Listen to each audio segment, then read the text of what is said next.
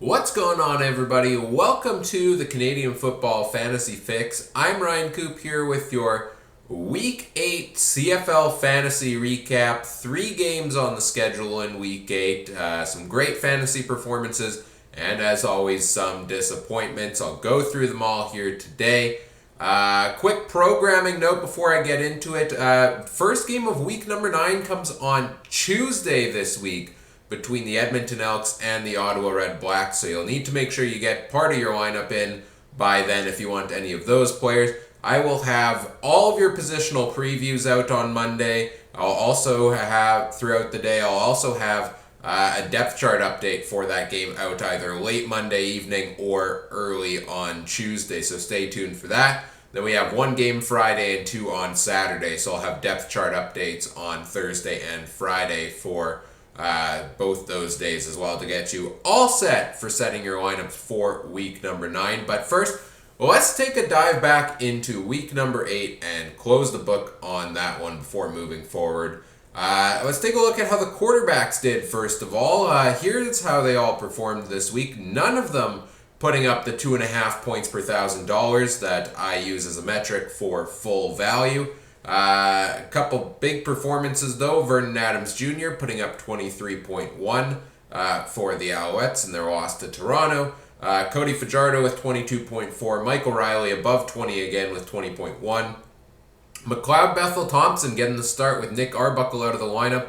Puts up 16.4. A nice day for him picking up the win for the Argos. David Watford got close to full value with 14 points. Matt Nichols coming in to replace Dominic Davis after he got injured, puts up 3.8. Nothing spectacular there, certainly. Antonio Pipkin with 2.7, a couple plays there for the Argos. And if you took a chance on Dominic Davis at a lower salary, you were vastly disappointed. A big struggle of a day for him before leaving with injury and now being on the 6-game injured list. Rough week for Dominic Davis. Taking a look at the running backs, you got full value out of William Stanback, Shaq Cooper, and Jamal Morrow this week. Stanback finally giving you the value you want out of a guy who is such a talented running back. He's put up 3 straight weeks of 100 or more rushing yards, but this time around he got a couple passing plays in there, a couple receptions, which helps pad the stats. And he got a touchdown for only the 2nd time this season. And so if you took Stanback, it was well worth it. Surprisingly, against an Argos defense that's normally pretty good against the run, but 25.4 points for William Stanback. Shaq Cooper was the surprise start at running back. The BC Lions. Look, if you fell victim to depth chart shenanigans this week, I feel for you, because it's a load of garbage sometimes the way these depth charts are played out. Shaq Cooper not listed at running back but listed as the primary kick returner.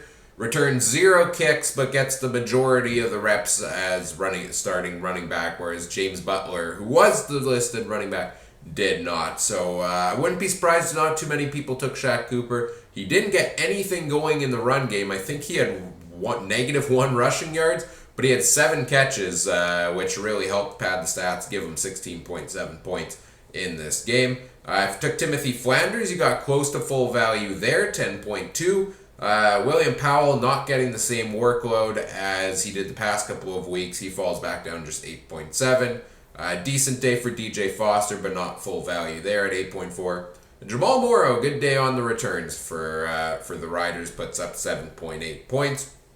More depth chart shenanigans. Sean Thomas Erlington, listed as the 3rd-string running back and doubtful, ends up getting the majority of the carries, while Jackson Bennett, as you can see on the right there, got 0 all day long when he was listed as a starter. So I imagine very few people took Sean Thomas Erlington this week. And if you did, or if you didn't, maybe you avoided something in a good way, because 4.8 points is all he provided. John White, just 4.4. Nikola Kalinic, you couldn't pick him because he's still, for whatever reason, not available in CFL Fantasy. Put up 4.3 points, though. Anthony Coombs putting up 3.4, a bit of a disappointment for a guy who had so many targets as a receiver the week before. Malik Irons, I put him in my lineup thinking maybe he'd get a little more production, but 2.7 points for him. James Butler, I saw a lot of people put him as their starting running back for a cheap price, and well, he didn't get the carries, he didn't get the touches, with Cooper taking most of them. So 2.4 points for James Butler, and then as I mentioned, 0 points for Jackson Bennett, listed as Hamilton's starter, but not getting a single touch the entire game. Shenanigans, I say. Shenanigans. Looking at the wide receivers, a number of guys gave you full value this week, and a couple of high-priced options did so as well at the top of the charts. Lucky Whitehead hitting over 30 points on the week. A fantastic day for him. The leading receiver for BC, he had a couple punt returns as well, and he put up 2 touchdowns on the day. Eugene Lewis also having a fantastic day for the Montreal Alouettes. Same thing with Jake Weineke, who had a bit of a quieter day until the final push there for the Alouettes, where I think he had 2 long catches and a touchdown on their last touchdown drive there, which really helped you out if you were getting nervous there that you weren't getting value out of Jake Weineke. Chandler Worthy, a big day for him. He has that late touchdown at the end of the first half that surprised everyone. Also got involved in the return game and was, I think, the leading receiver for the Argos.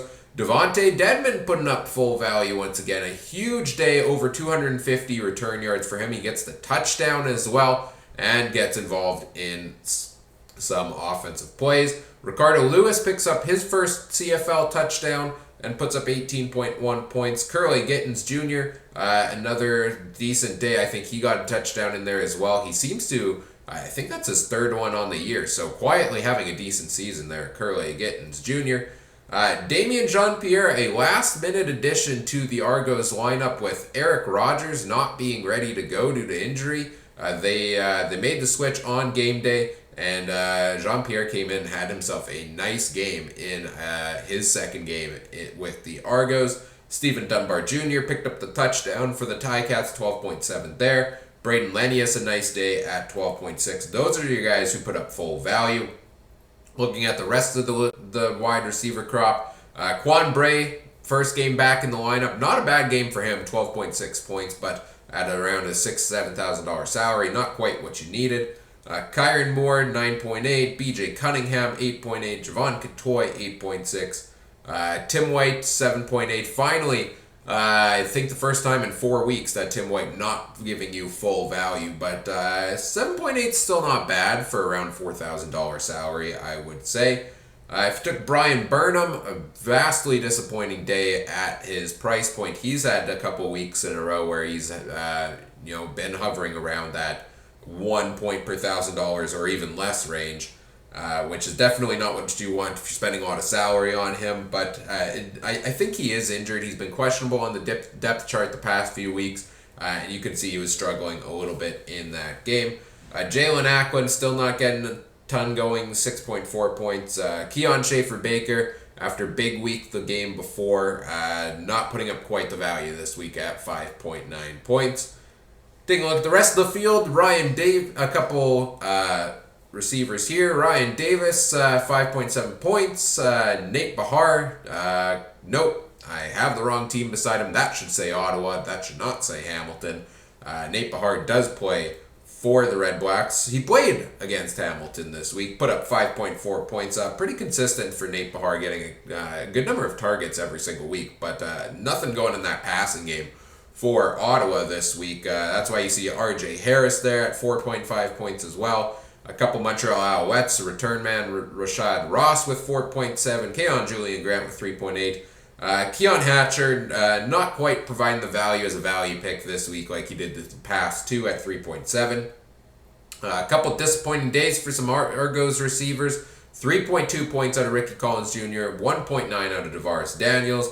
The Pappy White $2,500 value play did not work out at 0.9. And then we got a couple zeros to finish off the batch here. Daniel Peterman was backup for Ottawa. Kenny Stafford, playing his first game with the Red Blacks, puts up 0 points, no target, or 1 target, 0 receptions his way. And Shaq Johnson not putting anything up on the board for the Lions. And then taking a look at the defenses, if you took Hamilton or Toronto, you got full value. Otherwise, you did not. 18 points from the Ticats defense, a very good day for them. They are turning into one of the best fantasy options at defense after a slow start to the year. The Riders putting up 12 points, largely thanks to that fumble recovery on the kickoff on the final play of the game. Helped increase that point total a little bit that they took for a touchdown. The Argos putting up 8 points, nice performance for them. They give you exactly what you needed value-wise from them. BC just 5 points, bit of a regression from what we've seen in recent weeks for them, and 2 points for Montreal and 1 for Ottawa this week. So that's how all the players did this week. How did I do? What did my lineup look like? Well, if I had good video editing skills, I would add trumpet sounds in here right now, but I don't, so let's just pretend they're there. I hit the 100-point week again this week for the first time since week number 1. 106.3 points with the lineup below, put me in the top 100 overall on the week. I ended up going with David Watford as my quarterback. Cheaper option. Matchup with Ottawa seemed too good to be true. He put up 14 points, just below what I needed for full value from him. I ended up going with a couple value plays at running back. I really didn't like a ton of the options, so I went with Timothy Flanders. I had Anthony Coombs actually instead of Flanders until about 2 minutes before kickoff. And then I saw how much rain was going there, and figured maybe this would be a better day for the run game. So I switched to Flanders, got 10.2. Malik Irons, bit of a disappointment, 2.7. But I really wasn't banking on a ton there, so not a huge deal. And then I hit the nail on the head at receiver with Lucky Whitehead and Eugene Lewis, the top 2 fantasy performances of the week at receiver, and I had them both in my lineup. So pretty pumped about that. Always great to hit the nail on the head. Keon Schaefer-Baker, not quite putting up the value I had hoped for, but hey, he still produced a couple points. And then the pick whichever defense is playing Ottawa tactic worked once again as the Ticats put 18 points up. So 106.3 points, feeling pretty good about that myself. How did your fantasy week go? Let me know in the comments section. Hope you had a successful week as well. As I mentioned before, stay tuned on Monday for all your positional previews, and make sure you get set for that Tuesday game between Ottawa and Edmonton. I'll have all the previews and a depth chart update out on Monday. So busy day here. Make sure you hit subscribe on the channel to get notified whenever all of those videos come out. Do all the YouTube things, like, comment, subscribe. Let me know what you liked, what you didn't. If you have any fantasy questions, put them in the comments section. Tweet them at me at CooperTrooper42. That starts with a K. You can find the link to it in the description. Also, you can find in the description a link to the Canadian Football Fantasy Fix League on the official CFL Fantasy site. You can play alongside myself and other viewers this week and all weeks throughout the 2021 CFL season. As always, thanks for watching. Take care. Have a good one. Bye.